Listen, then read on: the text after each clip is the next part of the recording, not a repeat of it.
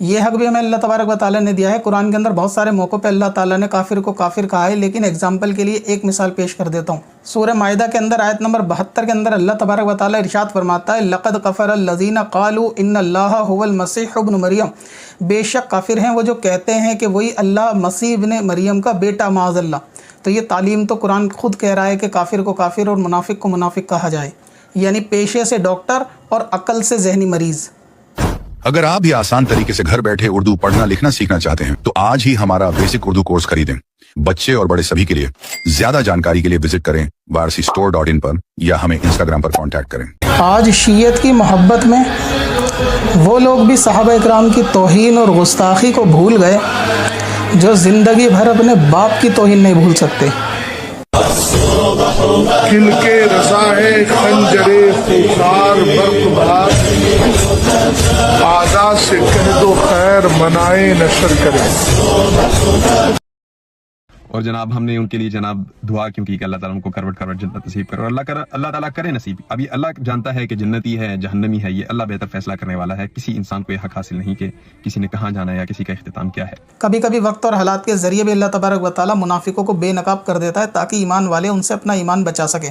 ان صاحب کی ویڈیو دعوت اسلامی کے ساتھ غالباً میں نے ایک دیکھی تھی تو مجھے یہ لگا کہ شاید ان کا عقیدہ درست ہوگا، لیکن کئی ویڈیو ایران اور خامنائی کے اوپر بنانے کے بعد یہ سمجھ میں آیا کہ ان کا عقیدہ بھی معاملہ ایسا ڈاواڈول ہے۔ لہٰذا جب فالوور زیادہ بڑھتے ہیں تو انفلوئنسر اکثر جو ہے لوگوں کی برائی لینا نہیں چاہتا۔ وہ تو ہم سے پوچھو کہ ہم لوگوں کی کتنی گالیاں کھانے کے باوجود بھی سچ بول رہے ہیں۔ کئی ویڈیو خامنائی کے اوپر بنا کر یہ صاحب ان کو غازی شہید اور نہ جانے کیا کیا ثابت کر رہے ہیں، جبکہ شریعت کے اندر غازی اس کو کہتے ہیں کہ جو اسلام کی جنگ لڑتا ہو لیکن اس کا عقیدہ بھی مسلمان والا ہونا چاہیے۔ لہٰذا کافر کے لیے غازی کا لفظ استعمال کرنا بھی جائز نہیں ہے۔ اسی طریقے سے یہ کہتے ہیں کہ اللہ تعالیٰ ان کو کروٹ کروٹ جنت دے، اور میں تو چاہتا ہوں اللہ تعالیٰ جنت دے۔ ہم نہیں فیصلہ کر سکتے کہ اللہ تعالیٰ کس کو جنت دے کس کو نہیں۔ لہٰذا ان کا یہ باطل اصول تو پھر قادیانیوں پہ بھی فٹ ہو جائے گا۔ اگر کل کو قادیانی غزہ کے لیے لڑنے لگے یا کسی بھی مسلمان کی سپورٹ میں اگر قادیانی لڑنے لگے تو کیا مسلمان کی سپورٹ کی وجہ سے قادیانیوں کو بھی مسلمان ثابت کر دیا جائے گا اور وہ بھی مر گئے تو ان کو بھی شہید کہہ دیا جائے گا؟ اور اگر ان کے اس باطل قاعدے کو مان لیا جائے کہ اللہ فیصلہ کرے گا کہ جنتی کون ہے جہنمی کون ہے، تو قرآن پاک کے اندر اللہ تبارک و تعالیٰ نے واضح طور سے مشرکین کی جو ہے وہ مذمت بیان فرمائی ہے کافروں کی، اور واضح طور سے فرما دیا کہ جنتی کون ہے اور جہنمی کون ہے۔ اور کفر ایمان برابر نہیں ہو سکتے، اللہ تعالیٰ نے قرآن میں فرما دیا۔ عالم اور جاہل بھی برابر نہیں ہو سکتے، اللہ تعالیٰ نے قرآن میں فرما دیا۔ اور اگر یہی ہے کہ اللہ ہی کو فیصلہ کرنا ہے، کسی کے ایمان کا بندہ فیصلہ نہیں کر سکتا، تو پھر آپ کے دیش کے اندر 295C کیا کر رہی ہے؟ اس کو ہٹا دو، قادیانی بھی مسلمان ہے، اللہ ہی تو فیصلہ کرے گا کہ کون ایمان والا ہے کون نہیں۔ تم کس بنا پہ قادیانیوں کو کافر کہتے ہو؟ اگر کفر کی بنا پہ قادیانی کافر ہو سکتے ہیں تو کفری عقیدے کی بنا پہ شیعہ کافر کیوں نہیں ہو سکتے؟ لہٰذا اگر شیعہ اللہ رسول کا گستاخ ہو جائے تو 295C کا پھر کام ہی ختم، اگر اللہ ہی کو فیصلہ کرنا ہے تو۔ جبکہ قرآن پاک کے اندر اللہ تعالیٰ فرماتا ہے وَمِنَ النَّاسِ مَن يَقُولُ آمَنَّا بِاللَّهِ وَبِالْيَوْمِ وَالْآخِرِ، کہ یہ لوگ اللہ پہ بھی ایمان رکھتے ہیں، آخرت کے دن پہ بھی ایمان رکھتے ہیں، وَمَا هُم بِمُؤْمِنِينَ، لیکن یہ مسلمان نہیں ہیں۔ اور ایسے اندھے بہروں کے لیے بھی اللہ تبارک و تعالیٰ نے فرمایا ختم اللہ علی قلوبہم وعلی سمعہم وعلی ابصارہم، ان کے دلوں پر اور کانوں پر مہر لگا دی اللہ تعالیٰ نے کہ یہ نہ حق سن سکتے نہ حق کو قبول کر سکتے۔ اور ان کا حال بھی اللہ تبارک و تعالیٰ نے قرآن پاک کے اندر آگے بیان فرمایا۔ اور جب ایمان والوں کے ساتھ ملتے ہیں تو کہتے ہیں ہم تو ایمان لے آئے، لیکن جب اپنے شیطان کے ساتھ ملتے ہیں تو کہتے ہیں ہم تو تمہارے ساتھ ہیں۔ یعنی یہ ادھر ہوتے ہیں تو ان کے ساتھ ہوتے ہیں، ادھر ہوتے ہیں تو ان کے ساتھ ہوتے ہیں۔ ایسے منافق کا حال بھی قرآن پاک نے ارشاد فرما دیا۔ لہٰذا یہ کہنا کہ اللہ فیصلہ کرے گا، تو اللہ نے شرک اور کفر کا ایمان کا تو فیصلہ کر دیا دنیا کے اندر، نبی پاک صلی اللہ تعالی وسلم نے واضح فیصلے فرما دیے۔ لہٰذا جب اللہ ہی کو فیصلہ کرنا ہے تو قادیانیوں کو بھی مسلمان مان لیا جائے۔ اگر آپ بھی آسان طریقے سے گھر بیٹھے اردو پڑھنا لکھنا سیکھنا چاہتے ہیں تو آج ہی ہمارا بیسک اردو کورس خریدیں۔ بچے اور بڑے سبھی کے لیے زیادہ جانکاری کے لیے وزٹ کریں varsistore.in پر یا ہمیں انسٹاگرام پر کانٹیکٹ کریں۔